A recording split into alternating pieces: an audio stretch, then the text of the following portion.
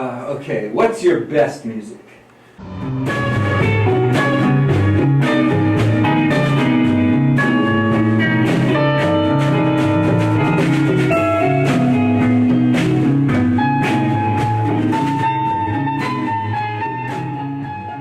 I think our best music is like usually in the key of D and sometimes E. I think we moved up to E recently. Yeah. So that's usually when we shine. And what makes it shiny? Definitely not glitter. When I get a new cymbal, they're like a lot shinier than the old ones. The really shiny sound is not my favorite, but I do appreciate it because it's going to be gone soon.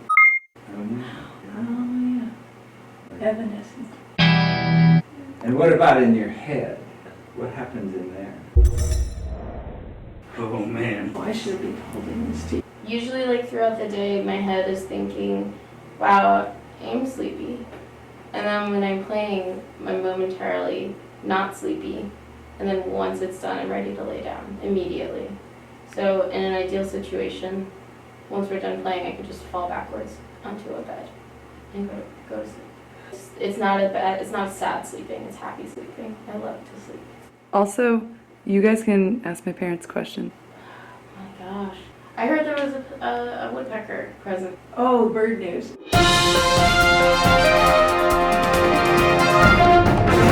Today in bird news, well actually it was a couple days ago, I heard this weird sound next door and I thought maybe it's not the usual woodpeckers, it's the special giant pileated woodpecker, which is like a woody woodpecker. But they usually live out in the woods or something, and so I was really kind of jazzed that it might be, and then I was rewarded. Wow. I went over and here was this giant woodpecker with the red head and the whole works, you know, tripping out on this dogwood tree getting the fruit.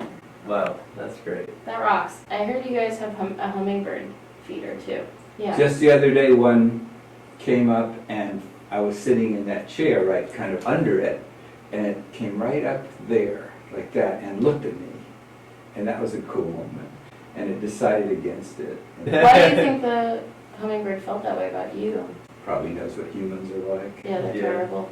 Is there a plant that is only very available on the East Coast that you'd like?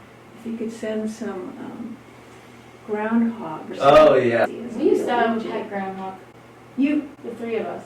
Well, it lived in our backyard. We decided we owned him. Yeah. had one Well, he in was your our friend. backyard? You know? He was our friend. I didn't really own him. A name? But Right. Ray. His name's Ray. Ray? Yeah. Cosmic Ray. We had a Oh, squirrel Cosmic named Ray. Cherry, and she'd come up and take peanuts from me. You know that Dawn and I have fed many squirrels out of our hands in Philadelphia. And then I got really into feeding raccoons out of my hand, That scares me. which I heard was bad because I could get rabies. Yeah. But I could get rabies from a squirrel too. Not really. Squirrels don't really carry it. Oh. oh, Well, anyway, For some reason, it's very rare for a squirrel. More common in a we raccoon. call the raccoons night squirrels. yeah, I love raccoon. Yeah. Blue jays can be kind of mean, though. They They have a are. reputation. They are. Yeah. They're ruthless. Bad red. I've heard some bad stories about what blue jays can do to other birds. I was on this 3-day meditation retreat up in San Francisco area, and I was very high from 3 days of meditating, and I was walking along, there was a blue jay on a branch, and I said, hello, you know, because I wanted to like interact, and it ignored me. So I said, hello, I said it really loud, and Jay ignored me again, and then I said, hey you, I'm talking to you, and it looked right at me and went, I think that's what they're like. You have a history of bad rapport with birds.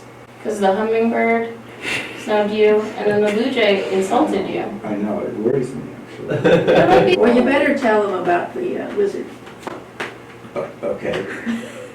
just to balance the. Yeah, okay. I was coming up from a break. I was helped running this thing, and there was a lizard about this long. He was sitting on a barrel in the sun, sunning himself. And I was walking around kind of like on a cloud, and I walked up to him, and I was talking to him, and I reached out my hand, and I swear it's true. He stepped onto my hand. Yeah. And I held him up, and I hung out with him for a minute, and then I put him down there, and he walked off and onto his barrel. So you have a strong lizard connection, you think? With that particular, How'd you get on the cloud? it was a contemplative week. With 3 days, 16 hours a day meditation. And brought you right up into the clouds. You do. I would like to You do do. it. Yeah. It's That sounds balmy. clears the These are mind pores. successively, one time after another. You keep clearing the mind until there's nothing left in there but just this pure conscious state. Can we do a guided meditation right now for MTV12? Sure. Okay. Okay, we're going to do a plunge meditation.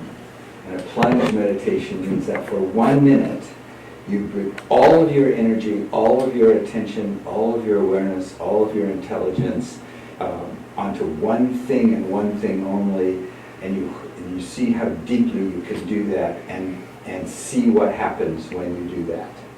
Okay? And it's a 1 minute meditation. I have a thing here. Also attached to the cloud. Hey. Hey. Are we gonna reveal what we're focusing on after the plunge? If you'd like to. What it's like when you're in your best place. What it's like when you're best place. So you want to plunge. This plunge meditation is you just put everything into that one inquiry, open to the best state that in your own estimation you get into. Ready? Mm-hmm. Begin.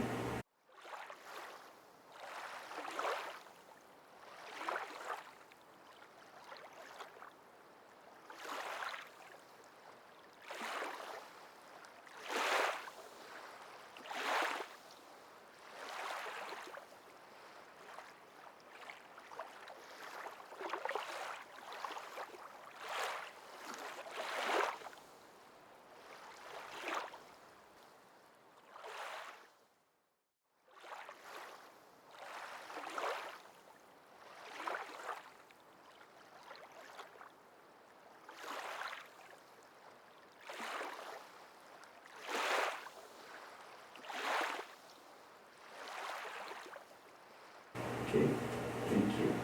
That was a really quick minute. I think I I did it. expected it to feel like a lifetime. Yeah, me too. I think I did it wrong. I was trying to turn the air conditioner on with my mind. Yeah, that was a little different instruction. I kept thinking that I shouldn't do that, but then I was like, it'd be really cool. Yeah. I've tried. Yeah. Do you like to comment or express an observation of what occurred? Well, that minute went by very fast. I honestly don't know what I was thinking about. I was concentrating most on what you're saying, focusing all of your energy and your intelligence on one thing. I couldn't come up with the one thing, but I tried to take everything I've got and put it into one little compartment. Right. I think I got there. Is there a lot of good feelings in the world? How do you Choose How do you choose the between them. best? I have a lot of things I love. I didn't get wrapped up in thinking about the best. I just picked one that was Is that cool enough? No, just continually something always available to me. For me, there was like a common denominator to all great states. Yeah. Right. So it kind of naturally came out that way. You thinking about brown rice? Drumming? No, I was thinking about laying in bed, kind of half asleep, and the cat is there, sort of close enough that you can kind of feel like you feel its fur, but you're not really sure if it's touching you, but you know it's there, and it's maybe purring or something. Yeah, I was thinking about looking at a little. I was also kind of thrown off because I got a text. And?